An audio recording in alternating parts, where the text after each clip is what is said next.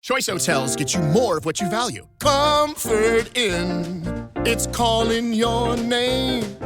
Save on the stay. Oh, and free waffles are yours to claim. Book direct at choicehotels.com. This place reminds me of Santa's workshop, except it smells like mushrooms and everyone looks like they want to hurt me.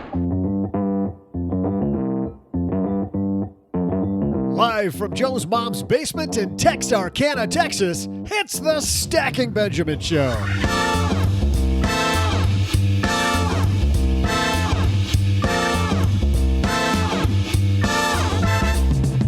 Hey there, money nerds. I'm Joe's mom's neighbor, Doug, and on today's show, who's the star?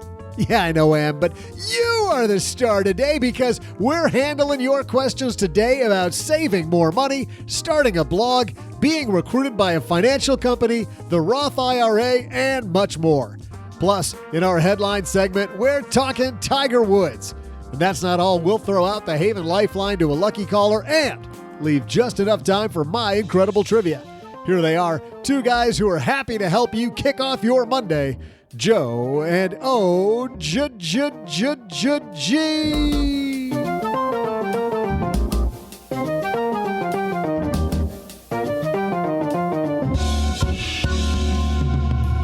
We are in the service industry. That's the biggest service we can do for people, OG.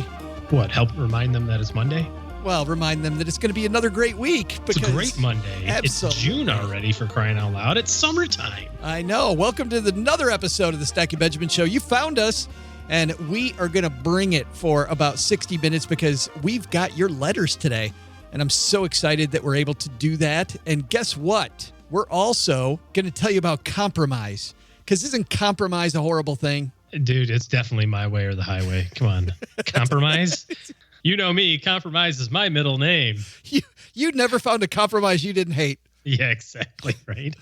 Well, because people compromise, right? Because traditionally you've got choices when it comes to online investing tools, either a traditional self-directed brokerage, which offers a lot of customization, but they also hit you with commissions every single trade, or for more passive investors, there's this rising trend of automated brokerages that allow you to easily invest in a portfolio they manage for you, but then you hand over all the controls. So it's either clunky and customizable, or you're handing over the keys to the car. You find yourself trusting some black box of software and can't really personalize a portfolio with either of these options. So to me, those are compromises. Either give up simplicity or control, or sacrifice control for something easy to manage. Why compromise it all with your money? With M1 Finance, you don't have to do that because they offer a balanced solution like nothing I've ever seen before. Set up a personalized portfolio perfectly tailored to your needs and your own investing goal. And then the portfolio is automatically managed by their automatic advanced technology. The first $1,000 is free. After that, it's only 0.25% for accounts up to $100,000 and 0.15% for accounts over $100,000. So give it a try. Check out M1 Finance today on the web at stackingbenjamins.com/M1 Finance or in the Apple or Android app stores. M1 Finance, be invested. And another way you can help the show, head to Amazon.com using our link, stackingbenjamins.com/Amazon. And when you do that, you know what? Amazon sends a little thank you our way because you're helping the show. And how nice is that? That's what friends do for each other, OG. They help each other out. We're helping with this beautiful podcast, and our friends are helping us by just a couple more keystrokes when they go to Amazon.com, stackingbenjamins.com/Amazon. Good stuff. We've got your letters today, but first we've got some amazing headlines, so let's get this party started. Hello, darlings. And now it's time for your favorite part of the show, our Stacking Benjamin's headlines. More to come of this story. This one from ESPN.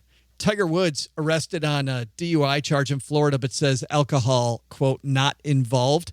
Of course, we know now since this headline came out, OG, that alcohol was not involved, and he said that it was an unexpected reaction to prescription medication.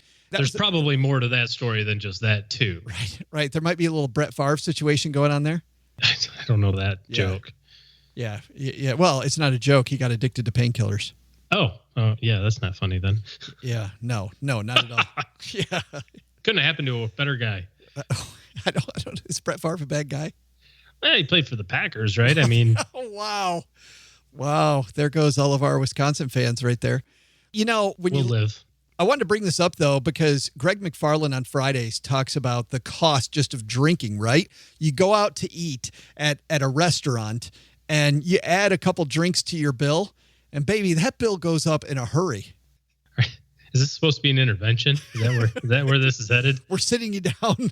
Because I just had this experience the other day. We went to a nice taco joint. They have $2 or $3 tacos, and for 4 adults, apparently the bill was $120. I couldn't figure out why, and then we added up all the margaritas, and there it was. Yeah. No, the cost of alcohol. And even we looked up the cost of a DUI, and even though this didn't end up being a DUI, you know how much a DUI costs? $20,000 according to No way, really? According to BAC Track.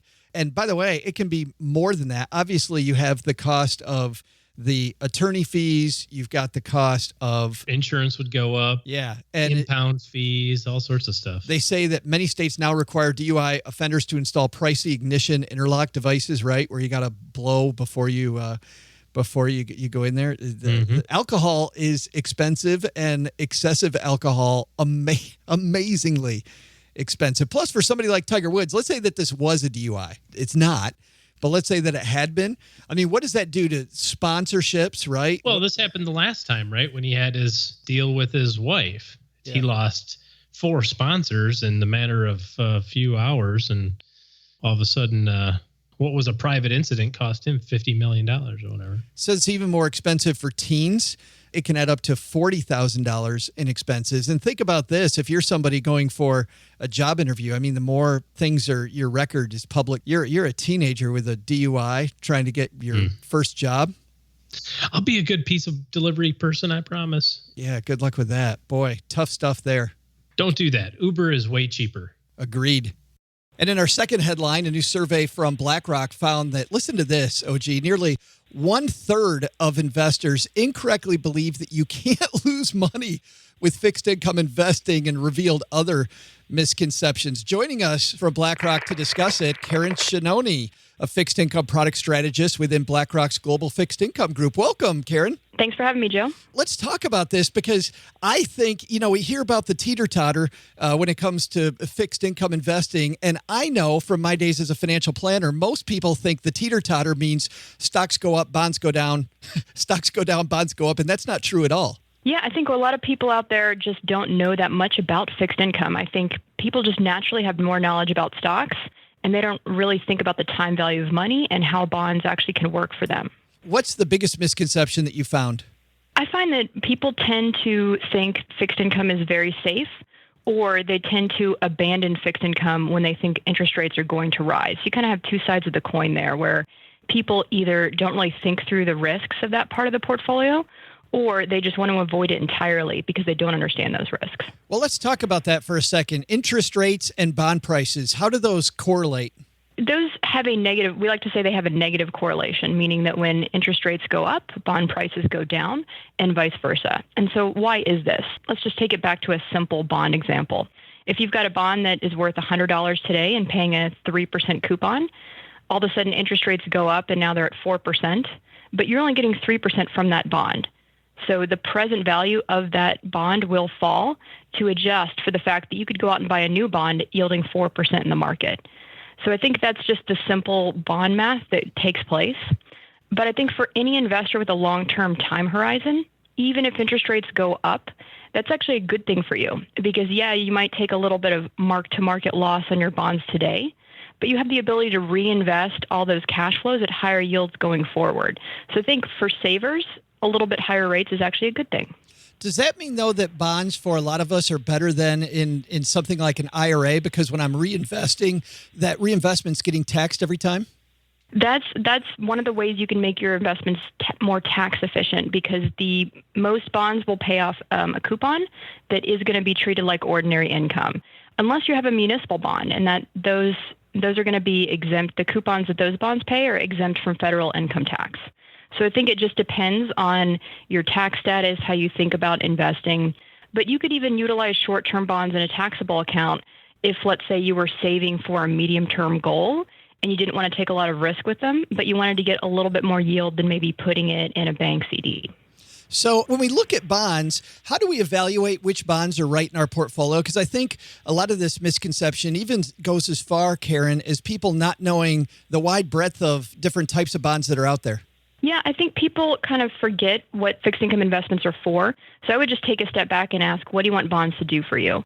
If you want them to really be a hedge against the equity market volatility, I would say stick to investment grade bonds or even government only bonds. Those are going to have a flight to quality whenever the equity markets sell off, and they're going to benefit. However, if you're approaching retirement and you need more income, then you might want to aim for higher yielding categories like high yield, maybe even some emerging market debt, preferred stocks, things that are going to have more income kicked off for you. So it just depends on if you're younger and maybe have more stock heavy allocations, you want to stick to the high quality stuff. But if you're older and you're holding more fixed income anyway, you might be able to take more risk and invest in some higher yielding bonds. As part of your study, did you look at how people can get more information about bonds and actually start educating themselves to not have this huge lack of knowledge that people have now, Karen? Yeah, in the survey, we were just trying to test the knowledge, but I think it really revealed that there's a lot of work that I think us as financial professionals have to do to help educate people. And I think that's the great thing about today is there's so many free resources on the company's websites who offer bond portfolios, bond ETFs. There's just so much research out there that's free to help bring your level of knowledge up. Awesome. And you've got some of that, I would imagine, right there at Blackrock. That's right. If you go to either blackrock.com or iShares.com, we have a lot of basics to help improve people's financial literacy, as well as information to help them decide what investment is right for them. Karen Schenone, thanks for hanging out with us for a few minutes. Thanks, Joe. Thanks again to Karen for stopping by. Our guest from Blackrock and iShares lately, just bringing it. OG, good stuff. Top-notch talent. Yeah, let's wrap this up, though, with some lessons. I think lesson number one, ordering those drinks with your dinner. Might want to pack 2 bags of money instead of 1 next time you hit up a restaurant. You just take one of those like sunscreen bottles that are really booze. You put that in your purse, and then you order a Diet Coke, but with only like a half a thing of Diet Coke. Yeah, could you? Yeah, they won't see that coming at all. Could I have a Diet Coke, but just half a glass, please? And help me put on this sunscreen, sweetheart. Like you're in the inside of a Chili's in the back corner. What do you need sunscreen for? Well, just in case. In our second lesson, fixed income, lots of places to learn about bonds and how they work in your portfolio, but the teeter-totter is not stock and bond prices. Bonds are not necessarily the safe place to go when the stock market's having a bad time, and bonds are not all created equal.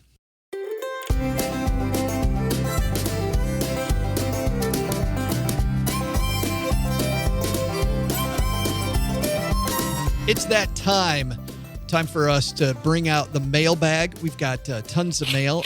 Our first letter comes to us from Jordan. Says, hey, Stacky Benjamins, love the show. I have a question on whether to add a taxable account. I'm 34 years old, have $67,000 in my TSP with a 75% C, that's the common stock fund, 15% S, that's the small cap stock fund, and 10% F, that's the fixed allocation in the thrift savings plan. Contributing 5% to get the match. I also have a Roth with Vanguard contributing $400 a month to the total stock market index. Right now I have $7,500 in it. The problem is, what do I do with all the cash I saved up? It totals about $165,000. Should I take $10,000 and open up a taxable brokerage account? Thanks. Thanks for the question, Jordan. Why do you think, how did he come up with $10,000? A couple of things of note. He didn't ask, but hey, you write letters, you get answers. 2 things. Auspiciously absent from your allocation is international investments. The I fund in the thrift savings plan. Yeah, in the thrift savings plan, there's no I. Total stock market index in the Roth, that's U.S. stocks. So, kind of missing out some allocation there.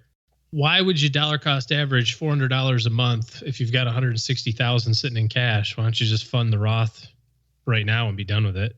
That's what I would do. And if you're going to continue to do $400 a month, why wouldn't you do $458.33? Add another $58.33 to max it out and just be done with that. So a couple of things there. And if you've got 160 grand in cash, why are we only investing 10? Yeah. What's the rest 5? for?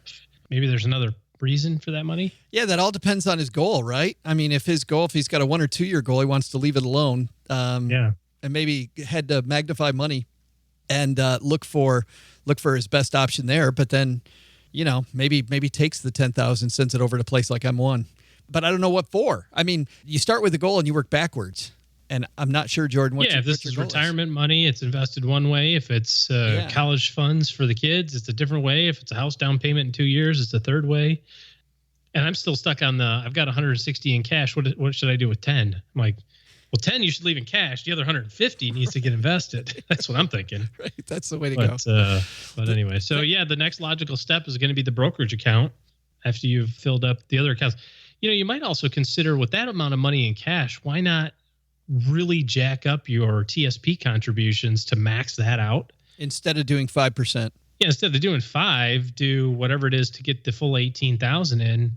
Now that's going to affect your cash flow, but if you got 160 sitting in cash, so you got to fund your lifestyle over the next couple of years, maybe a little bit out of your cash reserve. But my gosh, you didn't say how much money you make, and you didn't say how much money you spend, but it seems like 160 ought to be pretty good. Maybe you meant 16,000.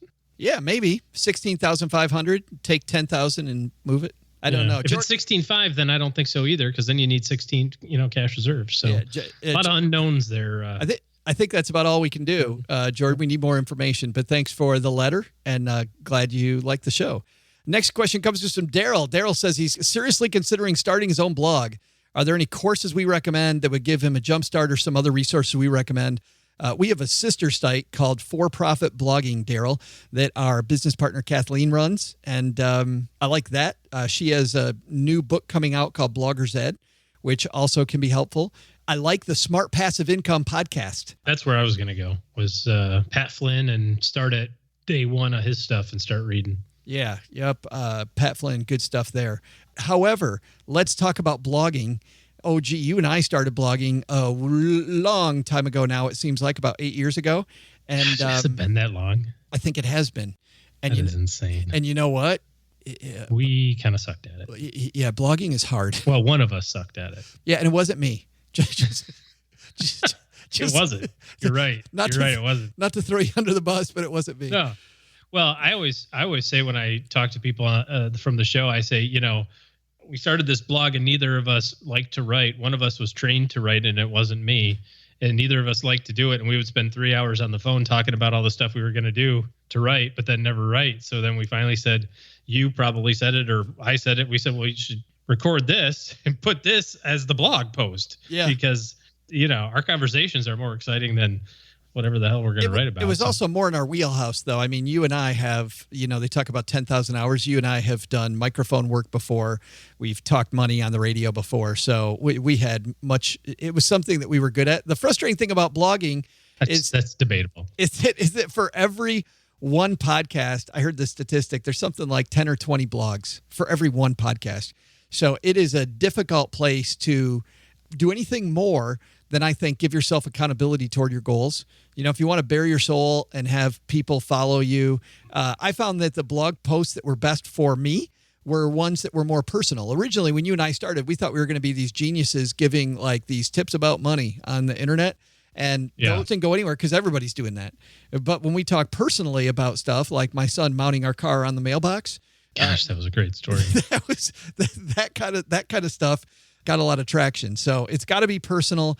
It has to be something specifically about you. And I find that those blog posts then get a little traction. The other thing is you have to make a lot of friends of other bloggers, because you have to share their stuff. You have to make sure that you find quality people to surround yourself with, like in any job.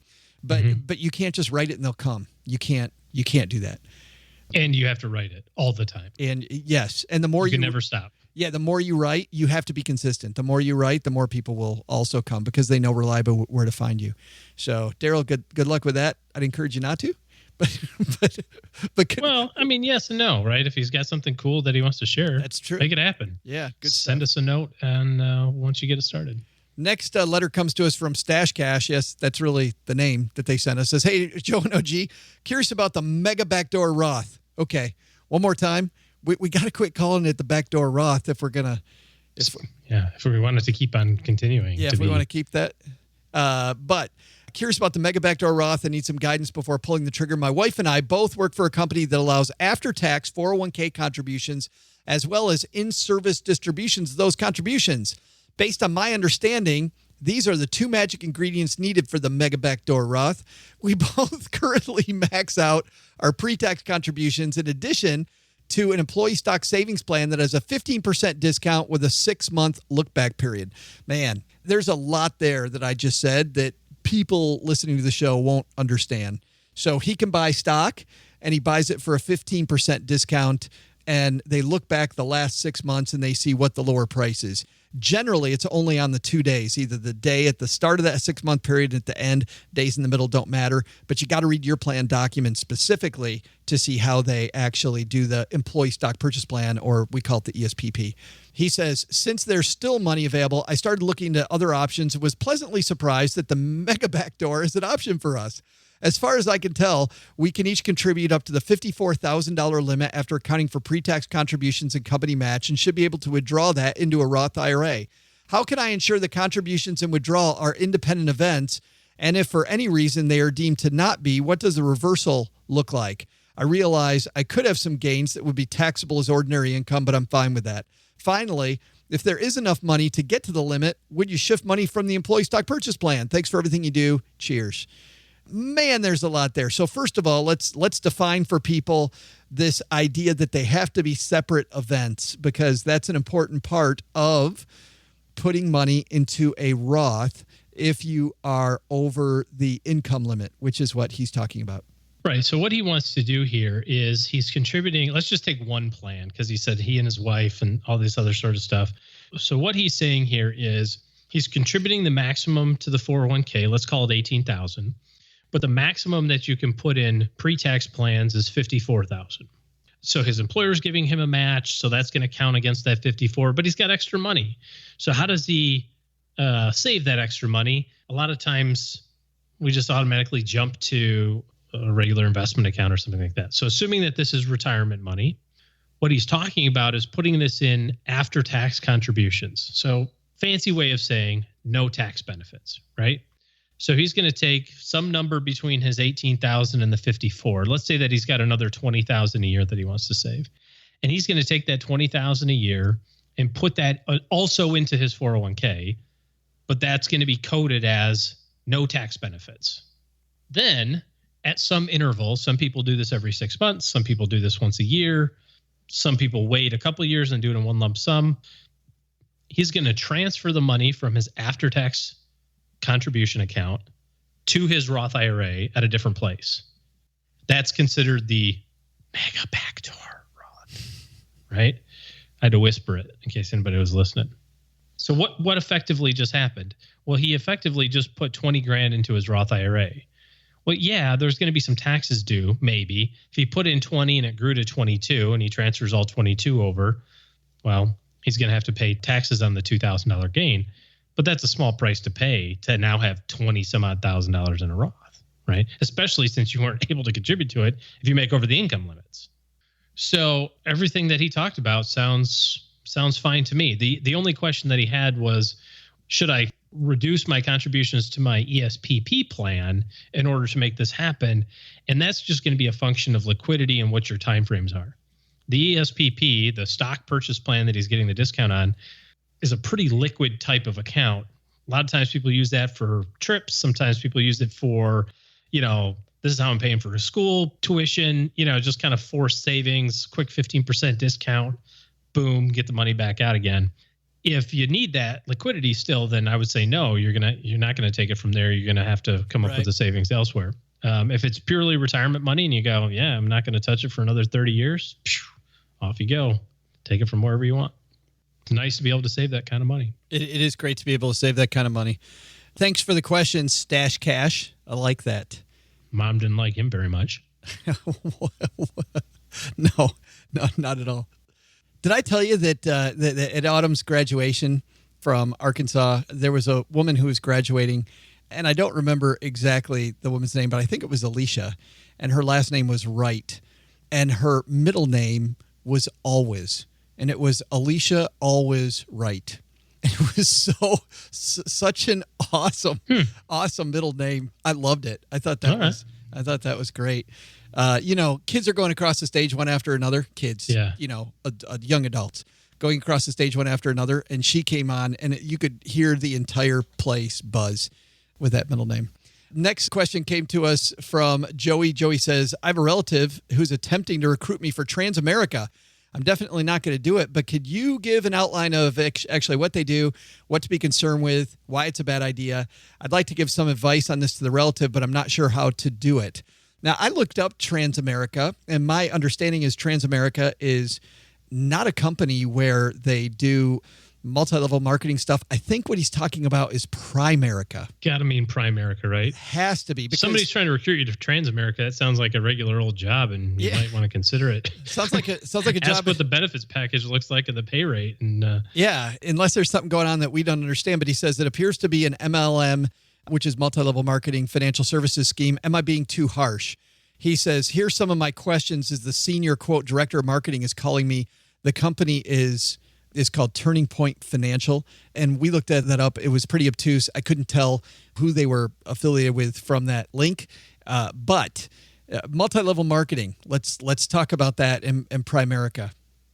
No. That's it. That's kind of being too harsh, right? I mean, Primerica has... Do you want me to kick it first? Because I will kick it. I don't want to rain on somebody's parade. You know, they sell term insurance, buy term, invest the difference. I'm okay with that. I mean, there are concepts that are great, but the pricing structure, in my opinion, is horrible. I don't know how much the term insurance costs. The mutual funds are A shares. You're going to pay a front commission on that, almost 6%. This really isn't designed for the sophisticated investor, I don't think. I mean, I really feel like this kind of, is it fair to say targets? What always frustrated me people? When I was a financial advisor was when somebody told me that I was competing against Primerica. And I'm like, great. I work maybe 60, 65 hours a week at this job. I know all the ins and outs of the different regulations. I don't know everything, but I work my butt off all day to be great at this for my client. And you are going to compare me to somebody who has a full-time job doing something else, wants to make a couple bucks on the side, spends maybe a couple hours a week doing it, and you're contemplating hiring them or me. Yeah. That drove me crazy. And then when one person said, they're like, well, your planning fee is really expensive. The guy at Primerica will do it for free. I love that. Flipping head about popped off. I love those. Does it for free. I just thought, so how do you think they get paid? This guy's a good guy. He's a really good guy. Benevolent. He must be completely financially independent because he's giving away intellectual capital 100% for free. Are you kidding me? Everybody in any industry gets paid, and it's important to follow that money trail and find out how they get paid. So that was frustrating. He said, in layman's terms, are you held to fiduciary standard if you work for Primerica? The answer is no. Well, that's not true. Starting this week on the 9th, I guess that's this week, right? Is that Friday, I guess, or Wednesday? Whatever day the 9th is, I'm not looking at a calendar. That's when the Department of Labor rule takes effect. And so if you're giving advice on a IRA or retirement plan, you have to hold yourself to that standard. The funny thing is I saw an insurance company sent an email out to a whole bunch of people, and I was on the list. But they've got a new form to fill out if you're going to sell some commission products. Of course, in our business, we don't do that. But if I wanted to, I just had to fill out this form for a client. And I can tell you, I should send it to you, Joe. I can tell you exactly how many times anybody would be interested in filling this form out. It says on the front of page 1, my investment in this product is blank. My broker will earn blank % commission, otherwise known as blank dollars this year. Wow. And blank % commission, otherwise known as this dollars in subsequent years, blank through blank. So I can assure you that if I was selling a commission product and I wrote, my investment in this product is $300,000, my broker is going to earn, $18,000 of commissions today and $3,000 a year for the next 3 years. I'm good with that. Sign here, client. I don't know that a lot of clients are going to sign that. Probably. So I don't know how Primerica is going to respond to that. right? I mean, if you were investing money in an IRA program and you have to pay the commission, you got to disclose it starting this week. So next question, how do Primerica people get paid? Is it commissions, percentage of assets under management, fee-based, front-end or back-end fees? I don't know the answer, but I'm thinking that it's commissions. I very much think it's commissions as well. So you'll earn a commission on what you sell. Next is what fees do they charge clients? My understanding historically has been that they don't charge fees for planning. That could have changed, but that's a great question to ask. What's the highest revenue generating product you guys sell? Is it life insurance, and what kind? Primerica is known for term life insurance products. And I think it depends on how much money they put into mutual funds. I mean, it could be they could make a lot more money on a client investing through their mutual funds than they would through the life insurance. Or if it's, somebody who is a smoker with a heck of a bunch of pre-existing horrible conditions, and they can barely get the insurance. That likes to skydive and drive race cars. Yeah, they might have a cha-ching, cha-ching, cha-ching. Might have a ton of money there. So great questions, by the way, to ask your recruiter, or just don't entertain the conversation.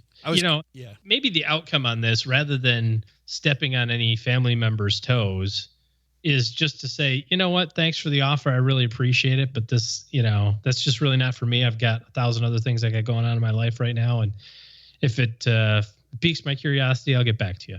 Well, and here's the next one that I think sinks the whole discussion. If Joey asks this, he says, "What's your story for a guy like me that thinks low-cost Vanguard index funds are the way to go? The research from multiple academic studies that shows the inverse relationship between fees and long-term returns. Game, set, match." Like Primerica dude's like, "Yeah, I don't think you're a candidate." Yeah, I wouldn't even waste the time. Yeah. You're not interested, so just tell him politely you're not interested and move along. That is true. Yeah, you can tell by the tone of his questions. He's really not interested. Yeah. Thanks for the question, Joey. You know what? Mom's making lemonade, and let's take a quick break here and clear out for Doug. Hey everyone, I'm Joe's mom's neighbor Doug, and I gotta tell you, I love these shows where Joe and OG answer your letters. They sure do get a lot of mail, but carrying all those letters to the basement can make a guy's arms tired. Know what I'm saying? Which leads me to today's trivia about the people who deliver letters. That's right, the U.S. Postal Service. Through wind and sleet and snow and hail, the men and women of the United States Postal Service, like our friend Sarah in Portland, Maine. Hey, Sarah! Make sure the mail gets delivered. Which brings us to today's trivia question. How many mail carriers are attacked by dogs each year? Your answer after this. I've talked about this stat before, but this is scary. According to a 2016 Gallup poll, 48% of all Americans don't own any stock. And I realize it can be daunting when it's time to start something new, but here's a great thing. Getting invested is more to do with taking baby steps than leaping headfirst into Wall Street. Here's Brian Barnes, founder of M1 Finance, on just how easy it is to be invested. So you just either log on to the website or use the mobile application. We're native on Android and iOS, and it takes about 3 minutes, and your first $1,000 that you deposit is managed for free. I'd love to say the free $1,000 is a special deal I made for you, but Brian and M1 Finance are that good to everybody. With M1, you can select from one of dozens of professionally designed portfolio pies, or you can customize it, as Mom says, to your heart's content. Head to stackingbenjamins.com/M1 Finance for more. That's stackingbenjamins.com, finance.com for more. So just fire up their mobile app, M1 Finance, be invested.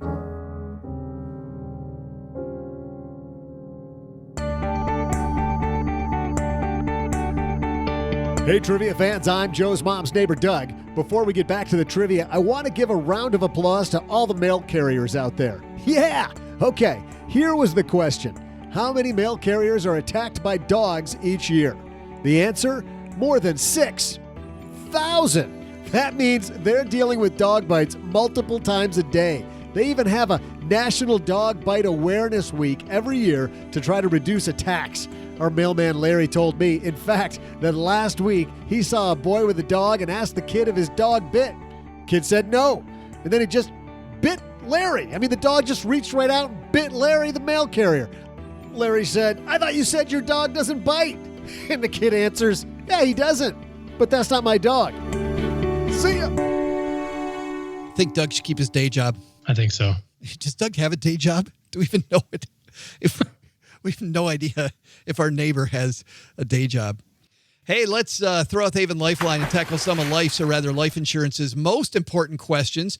Our friends at Haven Life Insurance Agency have been spearheading innovation within the life insurance industry by focusing on those two things that you value most, your family and your time. And that's why they've created a high quality and, most importantly, affordable term life insurance policy you can purchase, get this, entirely online. No need to wait several weeks for a decision when you can get one right now from Haven Life. Head to StackyBenjamins.com/Haven Life now to learn about life insurance the modern way and to get a free quote.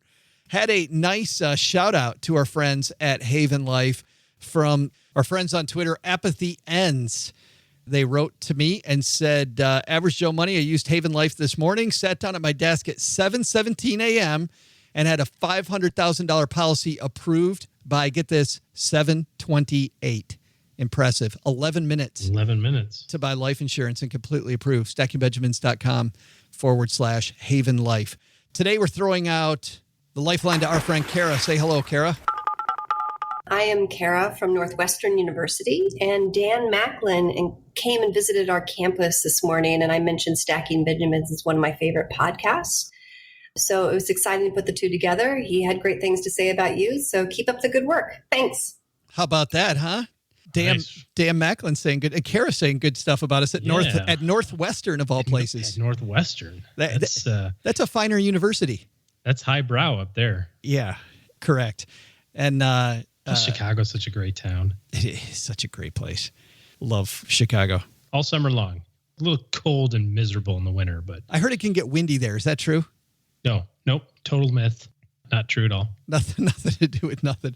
Thanks for the note, Kara. Hey, if you've got a call to the Haven Lifeline, send that to this spot, StackyBenjamins.com/voicemail. And by the way, the Haven Lifeline, empty right now. And whenever I say that, we get a few, and I hope we do, because we've got a show to put on Wednesday.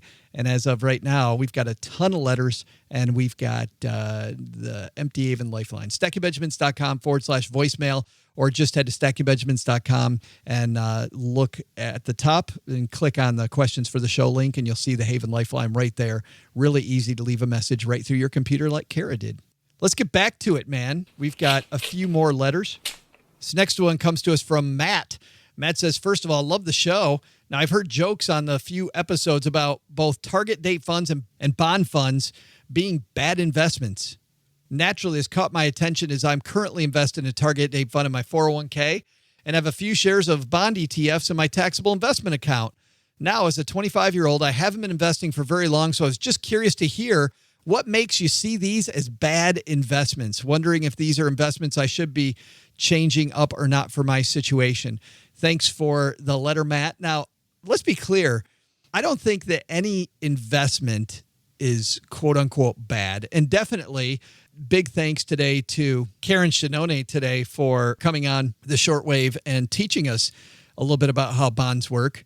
We see both of these used, almost like Karen was saying, in the wrong application, and people having the wrong idea of what these things are really doing.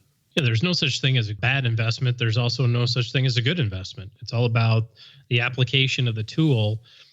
A lot of times I'll talk to people and they'll say, here's my portfolio, fix it. And I always keep coming back to, well, what's the purpose of it? We've got to build a well-rounded financial plan that suggests to us how to, or informs us, I guess, how we want the money to work to make the plan happen. And if you do it that way, then you put the right tools in the plan and they're right for you.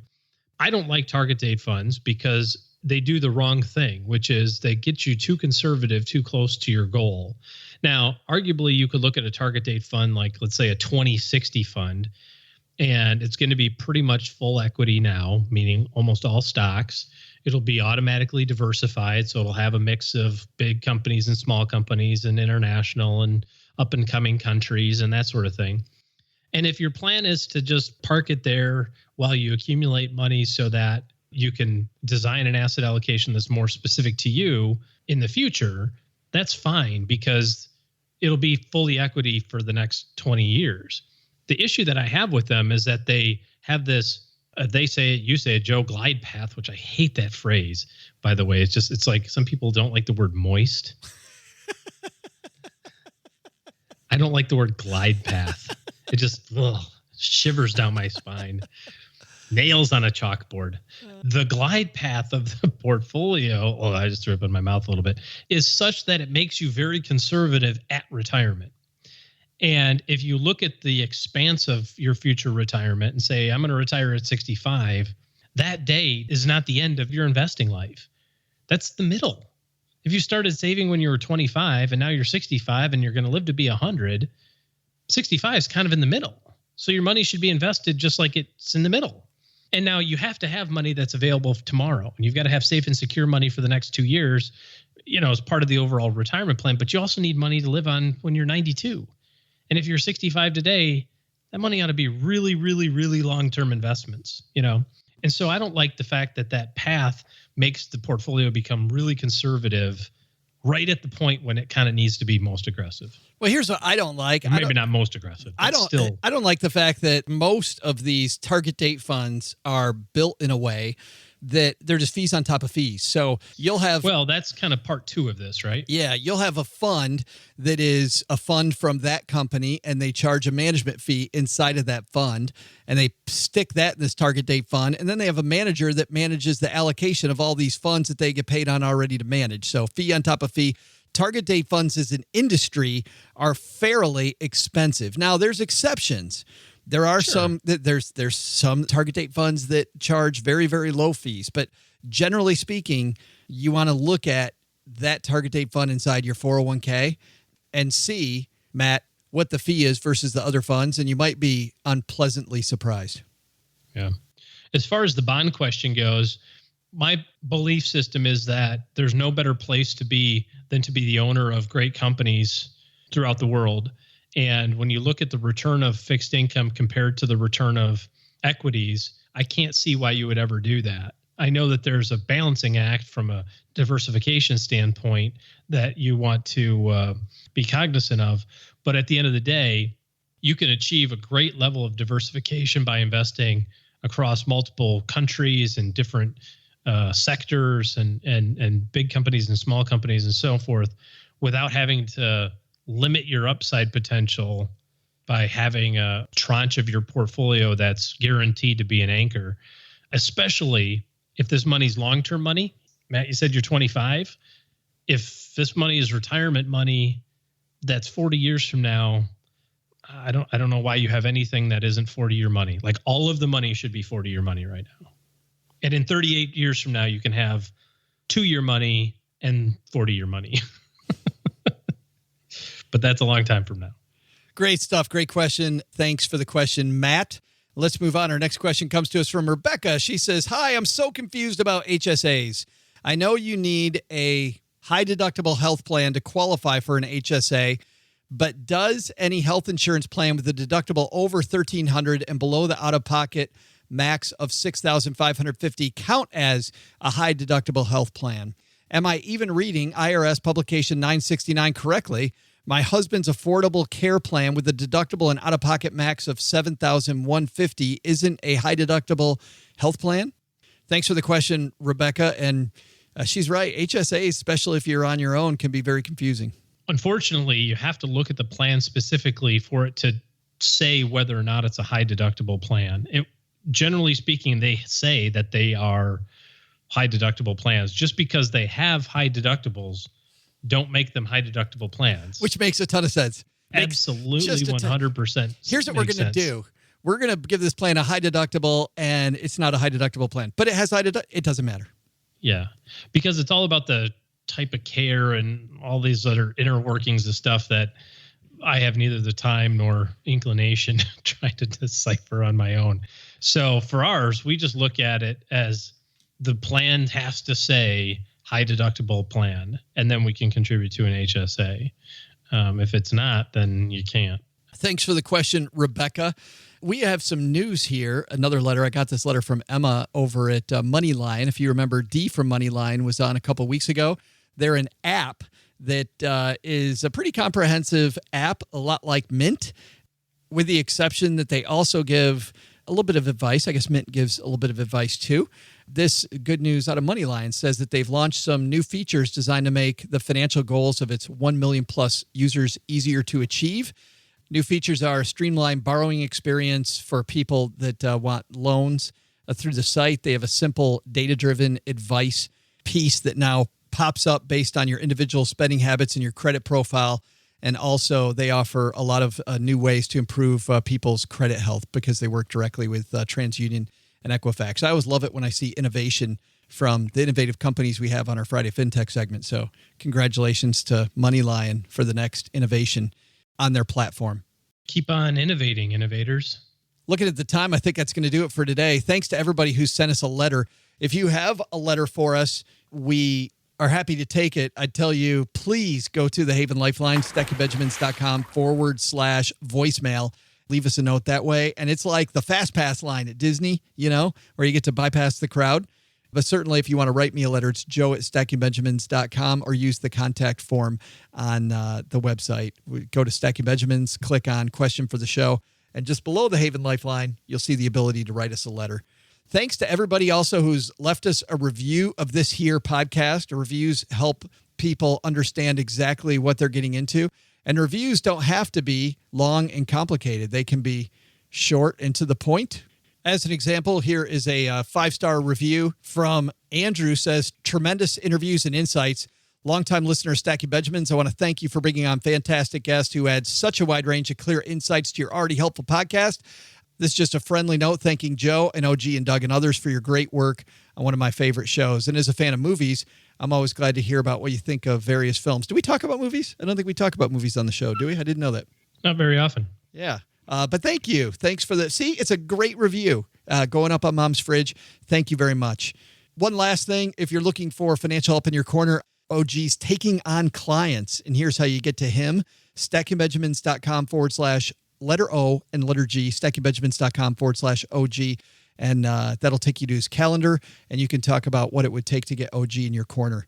That's going to do it for today. Coming up on Wednesday, Jonathan Mordock and Rachel Schneider followed tons of families around the United States and had them track their expenses for a year, track their income, track their expenses, track their cash flow.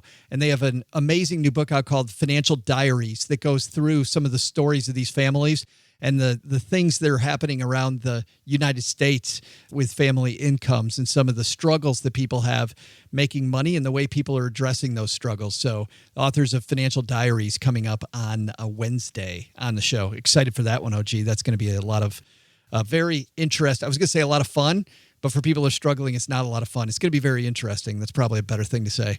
All right. We'll see everybody back here on Wednesday. Go stack some Benjamins.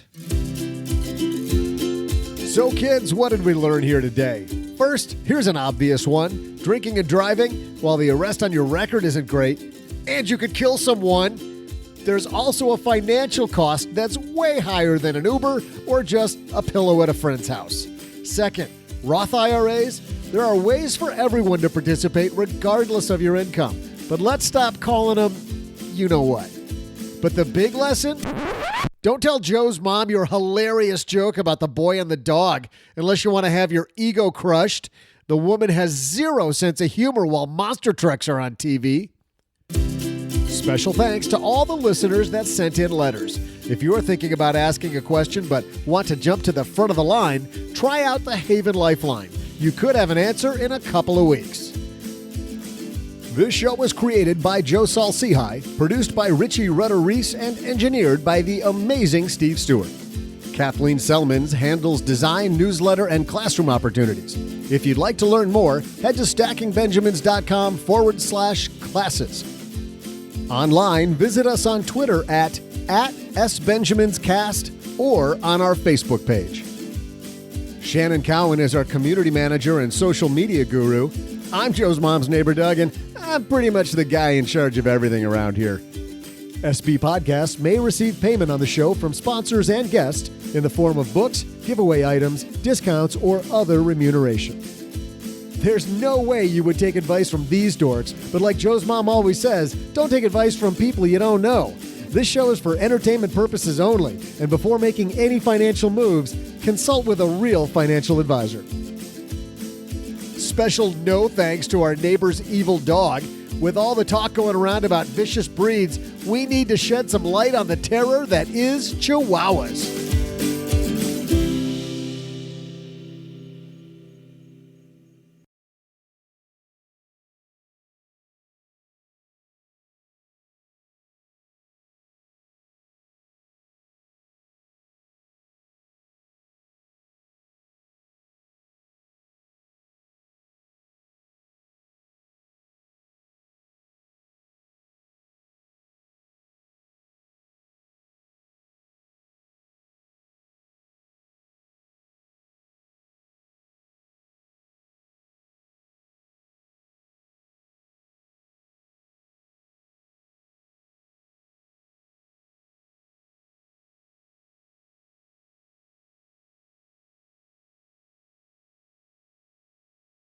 Story from my local paper, the Texarkana Gazette. And longtime listeners cringe because whenever we talk about the Texarkana Gazette, it's usually something something pretty good. Got it right here. Front page news. I'm not going to tell you what the story's about because it's a sad story and it's a bad story. This guy did some bad stuff, and I really don't want to get into what he did. Check out this headline. Jury rejects man's evil twin defense. So this guy gets accused of some really, really bad stuff and apparently has this story that he is an evil twin, OG, who really did it. Whenever we have a bad show. Don't you feel that it's my fault? No, well, I feel like it's nothing to do with an evil twin. It's our evil twins came in and took over the show, you know? Hey, that wasn't us. Our evil twins took over. That's why. Don't you get rid of the evil twin thing when you're like, what, 9? Maybe 7? Like, you know, the imaginary friend. I've got my evil twin. Who would think? I mean, you're sitting in your jail cell and you're like, perfect defense. I've got the perfect defense. I have an evil twin that did it. Totally not me. You got the wrong guy. What if he does have an evil twin? Wouldn't that be horrible? That would be that would be. There was a movie about that, wasn't there? I just had a flashback for a second. I thought there really was. There was a movie about a magician, and there were really 2 guys. He really did have a twin who stayed outside, and nobody knew how this guy did all the magic tricks in the old days. And I think it was Christian Bale who played that part. It was just a horrible, horrible movie. I don't remember what it was, but yeah, some magician movie. Huh. Yeah, no, wasn't that. Yeah. I'm starting to think that maybe it was the Simpsons episode. I don't know. I'm starting to think our evil twins did this after show. So, all right. I think you're probably right about that. See everybody next time.